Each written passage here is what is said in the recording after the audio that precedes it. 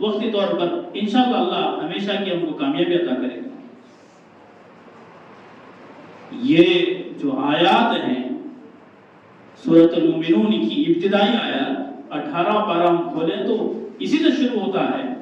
یہ وہ آیات ہے مسند احمد میں آتا ہے، حدیث کی کتاب ہے مسند احمد شریف، اس کے اندر یہ بات آتی ہے حدیث پاک میں کہ جو بندہ سورہ مومنون کی جو 10 آیاتیں ہیں ان آیاتوں پر عمل کرے گا وہ سیدھے جنت میں جائے گا، اور اللہ نے بھی صاف بیان کیا۔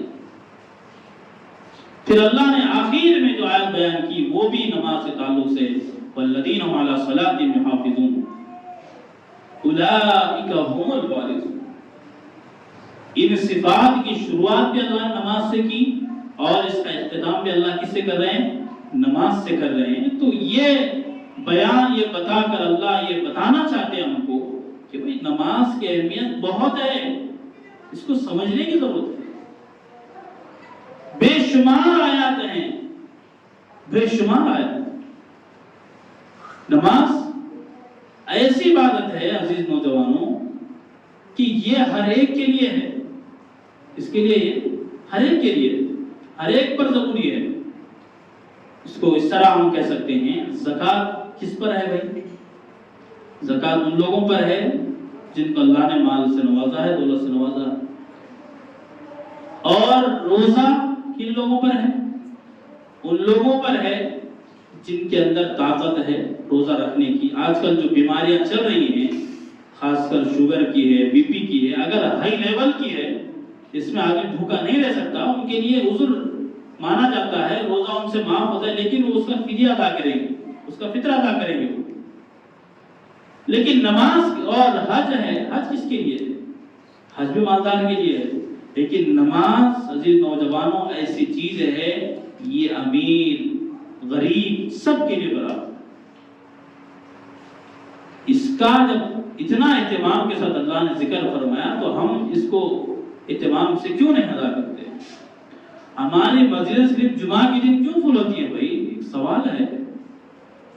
نماز 5 وقت فرض ہے اور جمعہ کی بات اللہ نے پورے قرآن میں صرف ایک مرتبہ کہی، یا ایھا الذین آمنوا اذا نودی للصلاۃ من یوم الجمعہ فاسعوا الی ذکر اللہ وذروا البیع۔ جمعہ کا تذکرہ پورے قرآن میں صرف ایک مرتبہ، اور دیگر نمازوں کا اللہ نے کئی مرتبہ 70 آیات ایسی واضح طور سے ہے تقریباً جس میں نماز کا حکم ملتا ہے۔ تو یہ نماز کا اہتمام عزیز نوجوانوں بہت ضروری ہے، بہت ضروری ہے، بہت ضروری ہے۔ شروع میں نے بات بیان کی تھی کہ نبی اکرم صلی اللہ علیہ وسلم نے بات بیان کی کہ اگر کسی کو نماز پڑھتا ہوا دیکھو اس کے ایماندار ہونے کی گواہی دو، اور جو نماز کو جان بوجھ کر چھوڑتا ہے وہ کفر کر رہا ہے۔ یہاں تک بات بیان کی گئی۔ سب کو معلوم ہے کہ نماز چھوڑنے پر کیا اللہ کی طرف سے ہم کو عذاب ملے گا، اس کے باوجود بھی غفلت میں ہے۔ کب تک یہ غفلت چلے گی؟ آج وقت ہے، آنے والا ہر دن کچھ نئی مصیبتیں، کچھ نئی پریشانی لاتا ہے۔ آج جو صحت ہے وہ کل نہیں ہو سکتی ہماری، آج جو موقع ہے وہ کل نہیں آ سکتا۔ تو اللہ نے موقع دیا ہے، صحت دی ہے، اس کو صحیح چیزوں میں ہم استعمال کریں۔ جو صفات بیان کی گئی نیک لوگوں کی، کامیاب لوگوں کی، وہ صفات ہمارے اندر آنی ضروری ہے۔ قرآن مجید صرف پڑھنے کا نام نہیں ہے، قرآن مجید پر عمل کرنا ضروری ہے، تلاوت کے ساتھ اس پر عمل کرنا یہ ضروری ہے۔ یہ چند وہ باتیں تھیں جو ہمیں مرنے کے بعد کامیاب بنانے والی ہیں۔